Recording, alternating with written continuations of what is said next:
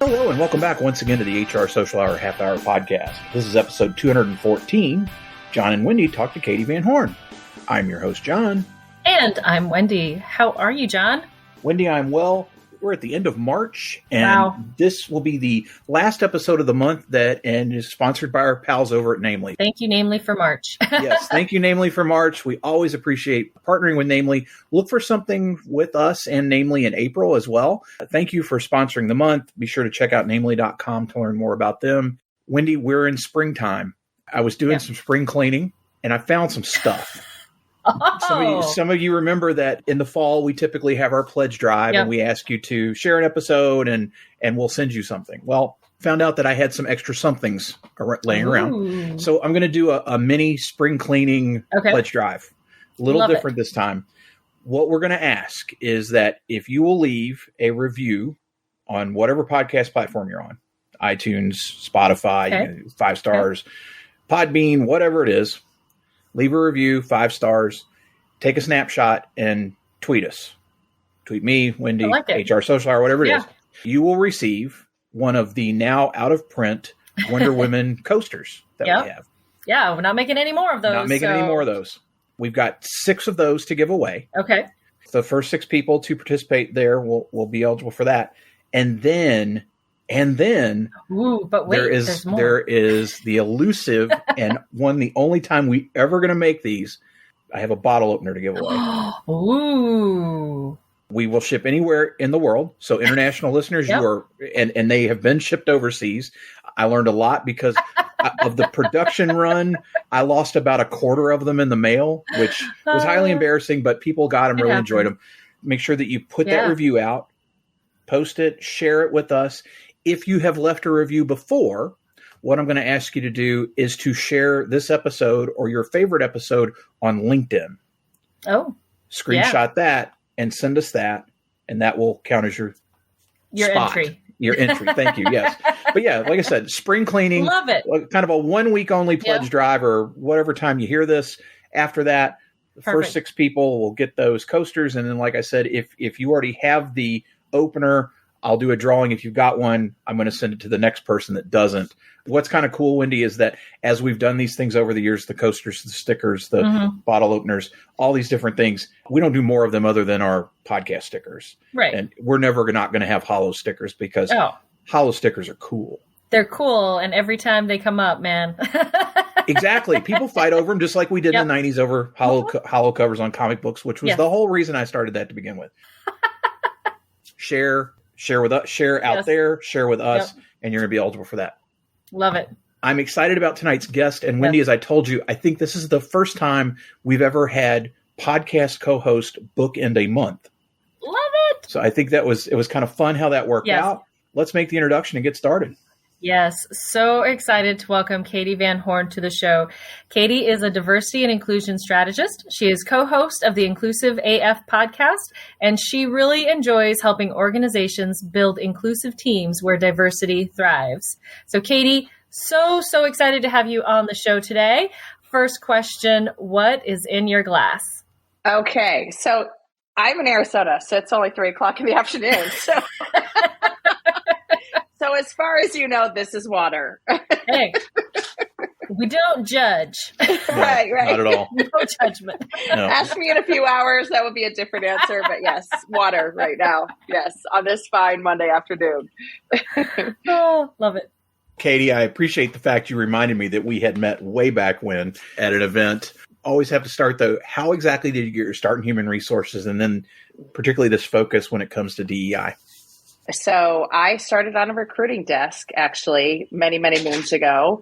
I was working for a contract company, Adecco, which I don't even know if they exist anymore. I think they got bought out, but had a recruiting desk that I worked for a few years and then moved into in-house recruiting, and then moved into an HR business partner role. I did a dual role at JPMorgan Chase. It was recruiter and HR business partner. I do not recommend. It was a lot, a lot going on there. And then, kind of worked my way up through different roles. And most recently, I took a chief people officer role at a small startup out of San Diego.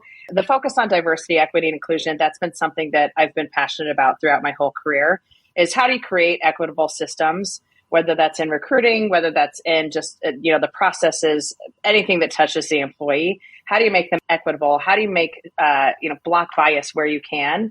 And so I started my consultancy to really focus on how to focus on the processes, policies, procedures, not just the, hey, let's fix it and bring people up to parity on pay, or, just do things that are performative, but really make true change in organizations that will be impactful today and in the long term. Yet again, another person that comes out of the staffing industry, Wendy. How about that? Yes. We love it. I always love it when I have a fellow former staffing industry person here, and Adecco is still around. Thank you for checking. Adecco Group now, I think, is, but yeah, I believe they're still using that name. They probably were. They all got bought. There's like 2 companies on everybody now, I think. Right. Pretty convinced that's how it works anymore. The name takes me back because I was a staffing person for Adecco, or I was placed by Adecco in a couple of different places when my husband and I were moving around and looking for work. So I was like, that sounds so familiar. That would be why. And it's fascinating because, Adecco, I actually had a client that I was working with, and I was sitting there across the desk from her at one point, and we were like, we know each other from someplace. We could not figure it out. And then it was literally, hey, you are our on-site person. When you were at Adecco, you were on-site at this client site that she worked for. And so it was like, that was 20 years ago. Like, how is this even possible? I started when I was 10, right? Like, right. We all did. Yeah. Oh my gosh. All right. Well, let's talk DEI a little bit. You've been in that space for a while. What do you see as employers' biggest stumbling blocks when it comes to getting DEI right? What is something that employers could do as one step to start going in the right direction? So I think the first one is actually putting budget to it. And, when you talk about diversity, equity, inclusion, a lot of times it's kind of on the backs of people of color or women or whatever underrepresented group is in the organization. But putting budget behind it where you're actually showing up not just in a performative way, but you're really saying, we take this seriously and we're going to do something about it. And when I say budget, it's bringing in a consultant, it's bringing in a trainer, it's looking at your tools that you're using and making sure that you're thinking about how bias can creep in, all of these different things. And there's so much good tech that's now being built or has been built or modified to start to really look at a lot of these things. And so for me, it's, the budget piece. And then I think the second piece is actually to make sure that the C-suite believes in it. If you don't have a leadership team that understands the impact that you can make, if you have a diverse team, if you're really looking at every single role in the organization as how you can make your team even better, then, you're kind of dead in the water. And so whatever you can do to get the leadership team on board and focused on the work, then I think that's great. That was the first question you had. The second question is, remind me, please. So sorry. Well, no, that's fine. What can we, aside from putting money behind it, because I 120% agree with that. Because it's so true. Where you put your budget is where your priorities are. So if you're not putting any money in behind it. Penelope saying hello. She wanted to join the podcast for a moment. Sorry about that. It's all right. She likes to make an appearance every once in a while. So I think that the piece, to answer that second half of the question, I think that the piece that people get wrong and the piece that people don't follow through on is just the actually changing the process behind the work. And what I mean by that is, the example I use quite a bit is Salesforce. So Salesforce did a pay equity review. This was years ago now. And they found out, they were paying women much less than they were paying men. So they cleaned everything up, put millions of dollars towards creating equity within the pay space. Then 2-3 years later, they did a new review and had the exact same issues. And it's because they didn't change any of the processes behind it. And as recruiters, as anyone that's kind of looking at talent nowadays, we know part of this is instead of asking someone, what is their salary requirement? What are they looking for salary? It's, here's our salary range. This is what we're aiming for. Does that fit into your, what you're thinking or what you're expecting from the role? Even just changing something that simple can really create a different conversation for your candidates. And so I think it's the, looking at the processes behind, not just what are we actually going to do that's going to look good from a PR perspective. I think that's spot on because, we don't do that. We make the fix, put the Band-Aid on it, and then don't figure out what was behind the cut. We don't take the knife away. Right. Exactly. Keep that metaphor going. Yes. Katee, over the last couple of years, with everything that's gone on in the world, particularly here in the United States when it comes to racial tension, George Floyd, Breonna Taylor, all these things are going on. And oh, by the way, there's this global pandemic on top of it. I think we can all agree there's been a real focus and much more conversation about diversity and what it means and how we do it in organizations. We've had a lot more conversations about it on this show. We're now starting to see this return to the office idea in many organizations. We're hearing about companies that are flat out saying you're coming back. How do you think that change? And I'm not going to say post-pandemic. I keep hearing people say it's post. We're not post-pandemic yet, folks. I'm sorry. It's not. We're just not. This idea of the return to office, though, how do you think it's going to change the conversation? Or is it? Do you think it's going to change it at all? My first comment is why? I think anytime we approach work as HR professionals, the first question we have to ask is why, or what's the objective? What are we trying to achieve out of this? And I think the return to work piece is such a miss for so many organizations because you have folks that have adapted to working from home and have completely changed their lifestyle in a lot of ways, moved to different locations, done different things, have a different setup within their family dynamics, whatever that might be. So my question is always why? Why are we forcing people back into the office? Is there some need that they were able to accomplish in the last 2.5 years or however long it's been that they've been at home, something shifting? Or is it just it's easier for the leaders if people are sitting in front of them versus actually having to engage with them remotely? I think the conversation is going to be the one that's already happening, which is how are we going to find talent that's going to go, yeah, sure, I'll take an hour commute both ways to go to a job. And, all of the things that we know are already happening that people are like, I'm not doing that. I'm not going to, I'd rather work remote. I'd rather shift, into a new role, into a new company that has more flexible work arrangements. And this is this is new for pandemic and for organizations, but I think this is a conversation that we've been having for women, for moms, for dads, for, that flexible work environment has been a conversation topic for years, but it just has kind of, it hit that tipping point because of the pandemic that now people are like, no, I've changed everything. I'm good now working from home. I don't need to come to the office. And, the dynamics in the office might have not been great. And especially not for folks from underrepresented groups where they have been marginalized at the office. They aren't being listened to. And you're changing a remote work environment where you kind of leveled the playing field a lot of ways, having people on virtual calls. It changes how you interact with each other. And I think it opens up a more inclusive space. And I think we're going to lose that. So I go back to why. What's the point? And I also know so many organizations that have let go of office space and this, that, and the other thing because they're like, what's the point of having that as a line item in our budget versus let people go work at home. They have the technology they need. What I'm seeing now, and, I'm doing it in the new organization that I'm in, is an internet stipend, paying people for their internet and things like that are, let's do stuff like that and let's trust people. And, John Baldino, who we all know and love, he said something the other day. He was in a conversation I was listening in on, and he was talking about the fact that, quit writing policies, quit doing things for the exceptions to the rule. And I think that's what we in HR have done for so long. It's someone breaks a rule, well, then we put a policy in place so that nobody else breaks that same rule versus, no, let's just trust that all our people are going to do the right thing. And if someone doesn't, we take action and then we do something, but we don't need to write a policy about it. Just trust people.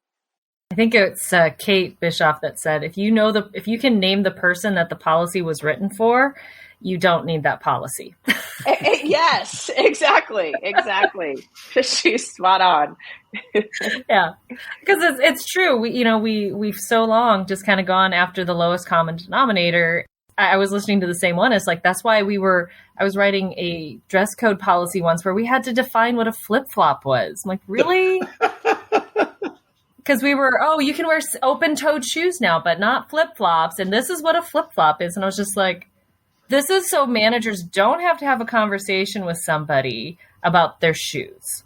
Well, and also, unless they're in a manufacturing environment where they need steel-toed shoes, right? Why do you care what is on their feet?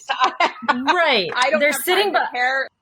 Yeah, it was like they're sitting behind a desk and you care what's on their feet. All right, well, yeah. All right, well, let's talk about something that's more fun than that, and that's podcasting. So we got a chance to talk with Jackye about inclusive AF. And she talked a little bit about how you got started and what y'all are doing. So we want to know your thoughts on it too. So talk about what it's been like to host a podcast with her and what you hope for the future of Inclusive AF. First off, Jackye is one of my very dear friends. And so these are conversations that we're all having. You know, what we wanted to do was share the conversations that she and I were having when I'd call her and be like, hey, can you give me perspective from a staffing industry point of view, from the point of view of someone living in Texas, from the point of view of a mom, from the point of view of a Black woman, all of these different things that are different than mine. And she would do the same. Hey, as a white woman, what do you think? Or as someone in Arizona or whatever it might be, you have more of a business partner, generalist bent to the work that you do. So we were just having these conversations and it was like, we need to record this and share it with other folks. And, we've been very lucky in that we've been able to have these conversations, had people listen in and find value in the conversations and take them away and have additional conversations with their friends or their coworkers or whatever it might be. And we've also been able to have some great guests on that have shared their perspective and their ideas. We had a woman that joined us from the UK, and she was talking about diversity in the UK and like how that is different from in the US. And I think even that, some of those little things that are just a different perspective, what I'm trying to drive, and I know Jackye feels the same way, is whatever awareness we can create. We all know those horror stories of HR folks that are passing, the papers and doing kind of the administrative focus stuff versus like, we're talking about people, we're talking about humans. And that's who we're trying to talk to. And that's who we're trying to engage, because I think all of us have been in a work environment where we've experienced not great HR. And we've also hopefully been in situations where we've had great HR. And how do we continue to build that? And especially when we think about equitable environments, when we think about having diverse teams and how to leverage that diversity, all of those pieces, hopefully, we're talking to leaders, we're talking to other HR folks, and they're getting something from it that they can take away and implement tomorrow. Katee, one of the things that we've done over the last year with the show is start incorporating guest questions, because it saves us a little bit of time. And it's always interesting to get different perspectives. And we've had the ridiculous and the sublime and the ridiculously sublime. I think, Wendy, thank you for that. That's I think it's going to be our new catchphrase for the show. Yeah. But in this case, Tracy Sponenberg asked, John and Wendy ask you how you got into what you do now. What keeps you going in what you do? That's a great question. I think, we have heard so much about diversity fatigue. Everyone is having these conversations, as you mentioned earlier, John. This has become such a hot topic within HR. And I think the piece for me is I just always think about the next generation coming up, the next generation in the workforce, whatever you want to call it. So my nieces and nephews and younger people that are in school, and what is their experience going to be, and how will it be different than what my experience was, or what your experience was, John, or Wendy, or, whatever those different experiences have been, and how do we make it better? Because I think, again, we all have those stories and those situations that we've been in the workplace where, I just was talking to a client this morning, and she was talking about an old boss of hers that used to comment on how she would dress and the size of her breasts and things like that. And I was like, oh my goodness gracious. And this is a younger person. So I'm like, okay, this couldn't have been years and years ago. This is probably maybe 5 years ago. And so it's that, like, how do we continue to evolve this conversation that is not okay? And that's not something that you do in the workplace. And also equip young women, people of color, whoever it is, with tools But more importantly, we teach the leaders what you should and shouldn't do and how do you actually interact with others in an inclusive way, and not to marginalize them and not to other them in any way, shape, or form. And so the way that I stay passionate about this, or really stay focused on this, it's exhausting work, absolutely, because you feel like you are having the same conversation over and over again and starting from ground zero so many times. But at the same time, I think it's when you get those little wins, even the tiniest win, that you can go, oh, they heard me. Oh, they got this. Oh, they are now implementing this. Even, it's something simple like, oh, we changed the way we're posting jobs or where we're posting jobs. We changed the way that we're approaching our review process, whatever that might be. And it's those little wins that, they seem little, but they're going to make a huge impact in the long run. And that's the stuff that I love. And that's what keeps me going. But it is that who's next in the workforce and what is their experience going to be? And how do we make sure that they don't have to go through some of the things that we've all had to go through in our careers that we wish we hadn't? So that's what drives me. With that, we're going to take a quick break and we'll be right back. This episode of the HR Social Hour Half Hour Podcast is brought to you by Namely. The role of HR has changed drastically over the last couple of years, with remote work on the rise, constantly changing compliance requirements, and a historically competitive talent market. Making sure your team is supported in their work and community is more crucial than ever. That's why you need Namely, the all-in-one HR solution that offers everything you need to set you up for success along with dedicated support, giving you all the help you need to help your team. Namely helps you easily adapt to the ever-changing workplace and maintain a great employee experience, whether you have 50 or 1,000 employees, with onboarding, performance management, and intuitive benefits enrollment, all in one connected modern platform. Plus, Namely can streamline your payroll, time tracking, and vacation requests, so you can be everyone's favorite HR leader, no matter how your company grows. Companies are built on people. Don't let either fail. Get the support you need and learn more about making the switch to Namely by going to namely.com. Thanks again to Namely for sponsoring this episode of the HR Social Hour Half Hour Podcast. Now, back to the show. And we are back. Katee, it is now time for everyone's favorite part of our show, the Half Hour Question Connection. What career did you dream of having when you were a child? I wanted to be like a singer, dancer, but I'm not coordinated in any way, shape, or form. I can carry a tune, but yeah, the dancing part, not so much for me. I would probably break something, but yeah, I wanted to be like a professional singer. I thought I could be up there with Celine Dion and Whitney Houston. You betcha, absolutely. Why not? Love it. Katee, who's one person you've gained your network in the last year that you think more people should know? I think there's so many people in the diversity space. You're going to make me look on my Instagram right now because this is where you all will now find out that Katee can't remember anyone's name to save her life. So, Joe Gerstad, obviously, he's amazing, and for those of you, he's in Nebraska. He's been doing DEI work forever. He is a just champion among straight white allies, and I just really appreciate everything he does and everything he is working on. I would say. Instagram wise, I would say start following Kate Bishop is another one. I guess she's another one that I would say, I'm literally okay. Oh, I know I can say, so Anthony Paradiso is another one. He's been doing some great work in the DEI space. And he just has a great perspective on kind of all things DEI. I'm the worst at this. All right, Katee, if you could go back to the start of your career, what is one piece of advice you would give yourself based on what you know now?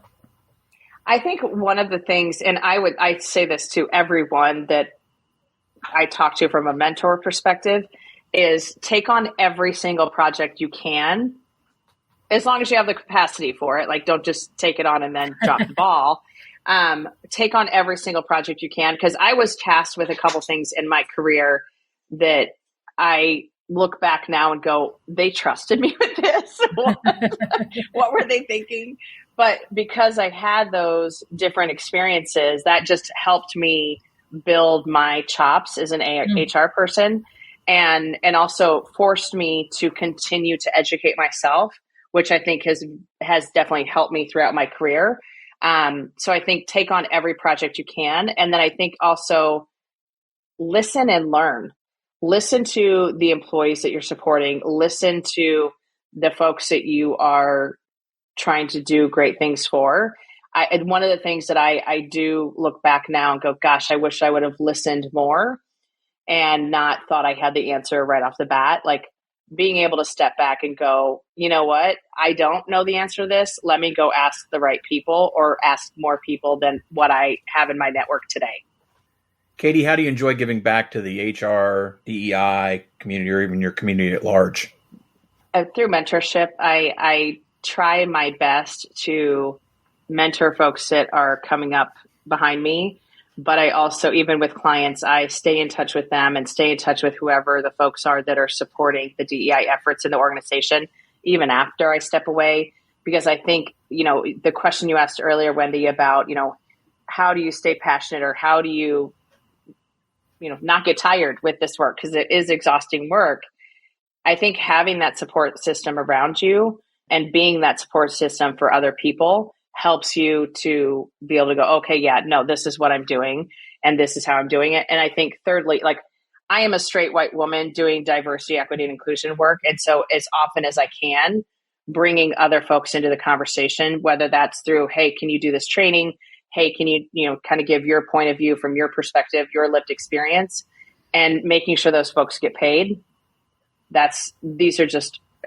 All of these things are what I try to do to bring other folks along and bring other folks into the conversation. Awesome. Katee, what's your favorite movie? Ooh, like of all time? Sure. Shawshank. Oh. Is there any other movie that you would say is even in the top 10 other than Shawshank Redemption? I'm just curious. It's come up a few times over the years. Yeah. Yeah. We get Star Wars a lot, according to vintage, right? Like age, Yeah. According to the age range. Yeah. But we've gotten Shawshank more than once. Yeah. Shawshank is a great movie.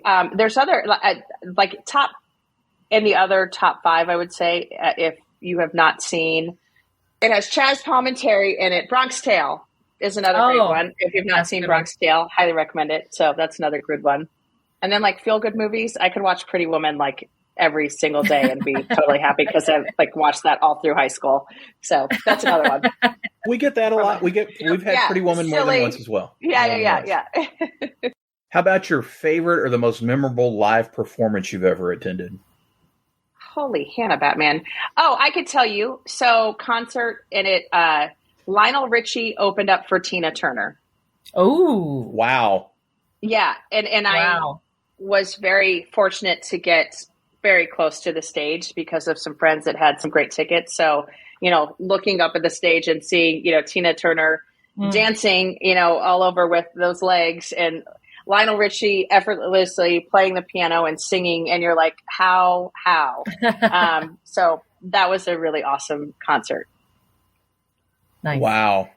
Yeah. That's up there. Yeah, those two. Yeah. That would be amazing. But I also, so I used to bartend. So I also have like Billy Idol in this like tiny, very small, like, so that one was like fun because he was literally like, 20 feet away from me and, he's got the whole lip paid to be there. And I got paid to be there. Exactly. Yeah. And he had the whole lip thing. It was a whole situation. So yeah.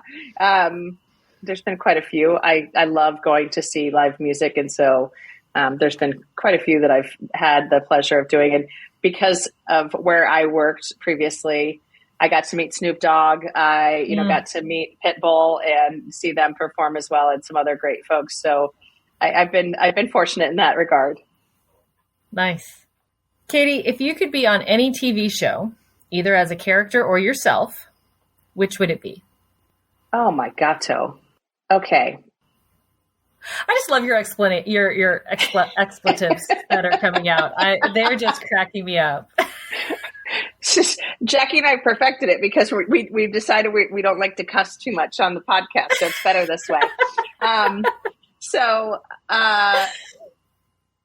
Law and Order SVU is like one of my favorite all-time shows. But I wouldn't want to be like the dead person that is there for like one scene and then is gone. Like, I would want a little bit more meaningful role. Sure. Okay. Yeah. That's probably, I would say Law and Order SVU. That's what I would pick. Recently, it was announced that it's going to be Katee Van Horn Day all around the world. Oh, well, that's good. What are we going to do to celebrate? What day is it, John? Just let me know. I want to mark my calendar. It should probably be there or whatever it is. What will we do? So I am in Arizona, so it should be a Tuesday. First off, so we go have tacos for Taco Tuesday. That seems appropriate. And then everyone gets to either go to the closest pool or whatever body of water and just relax, read a book, and have some fun just, unplugging. It's not an exciting, super exciting day, Katee Van Horn Day, but it's very energizing. Let's go with that. I like it. Taco Tuesday and books by the pool. I'm there. I'm there for you. Reading, something trashy though, right? We're not reading self-improvement books. No. Yeah, you got to pick up the Hunger Games or some YA easy read that you're going to get through, right? Or a smut novel, Wendy. A smut novel always works. I'm all in. As an HR person, we have to. Yeah, this is how we unplug, folks. In case you wonder what HR people do. Love it. Love it with something fruity with an umbrella in it next to me. Yes, absolutely, for sure. I just want to go on record that I have not read a Harlequin romance novel. Okay. That's what John's don't listen to them. I read comic books. I was going to say. Okay. I'm going to just, you threw out a challenge to your audience earlier, so I'm going to throw out a challenge. If anyone believes that John has not read a romance novel before, please tweet him immediately. and send him one. Send him one. Send John a Harlequin. Yeah, he'll send you a bottle opener. You send him a book. I think the equivalent of the Harlequin novel for me was in the Executioner, and there's a series, these very hyper machismo action novels that were published literally monthly. I got them at the grocery store when I was a teenager, and I'd buy one every month. Mac Bolan was my favorite. He ended up getting a comic book, and one of my friends, actually the guy who designed our logo, he was the artist on the Executioner comic when it was done 15 years ago. But anyway, oh wow, okay. Instead of reading Harlequin, I was reading Mac Bolan, and there were a whole series of these action. Okay. Yeah. We support you, John, but we support you, but still don't believe you. It's okay. Okay, fair enough. We're there for you. Fair enough. As you know, Katee, we are outsourcing. So if you could ask the next guest of the podcast any question, what would it be? The question I would ask any HR person right now. So your next guest, I'm assuming, is going to be an HR person. And so my question to them would be, what are they doing to advance diversity, equity, and inclusion in their organization? Because I think that's the question we all need to be asking ourselves is, what are we doing truly that will impact today and the future for all of your employees in regards to leveraging the diversity you have, increasing your diversity, increasing your inclusion, all of these things. So what are they doing to focus on diversity, equity, and inclusion? Katee, you probably can't read it very well, but it has now been added to the questions of my notes here for you. So it will be asked very soon. I can't thank you enough again for making time to have this conversation. Again, it was kind of fun to bookend with two co-hosts with you and Jackye for the month. I know most of our listeners are probably connected with you, but if they're not, best way for them to reach you out there personally for the podcast, anything and everything we need to know, how do we get in touch? Okay, so I'm on Twitter as KatieBar7. I'm on Instagram as Katee Van Horn. Katee is Katee because my mom was an English teacher and likes letters to be different.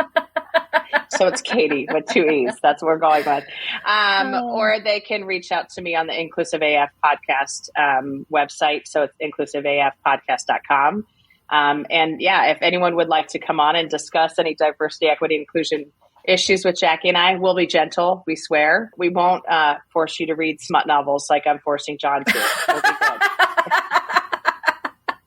good. We'll have all that in the show notes, save the romance novel piece. But Wendy, how about you? Best way for listeners to find you out there? Best way is on my blog, mydailyjourney.com. And of course, the second and fourth Sundays of each month, you will find me on Twitter at 7 p.m. Eastern Time as part of our twice monthly Twitter chat. How about you, John? Once again, thanks to Namely for sponsoring the entire month of March. We always appreciate their support. And as the original sponsor, they're amazing. And I want you to check them out at namely.com to learn more. As for me, johnthurman.com for all things John Thurman. And for the show, hrsocialhourpodcast.podbean.com. Listen, rate, review, share, follow, whatever platform you're on. Just hit the follow button, check mark, link. I don't know, big blazing neon sign. They're all different. But if you follow, you're going to get that new episode each and every week. International listeners, please reach out. We'd love to have you as part of the conversation. Yes. It is easier for you to get in touch with us, though, than it is to get in touch with you. And as a quick reminder, it is spring cleaning. Post a review, share it with us. If we get it, you're in for a coaster and possibly one of those elusive bottle openers. Katee, again, appreciate being with us. And so for the HR Social Hour Half Hour Podcast, I'm John. And I'm Wendy. And as always, be sure to connect, give back, and network. Take care, everybody. We'll see you soon.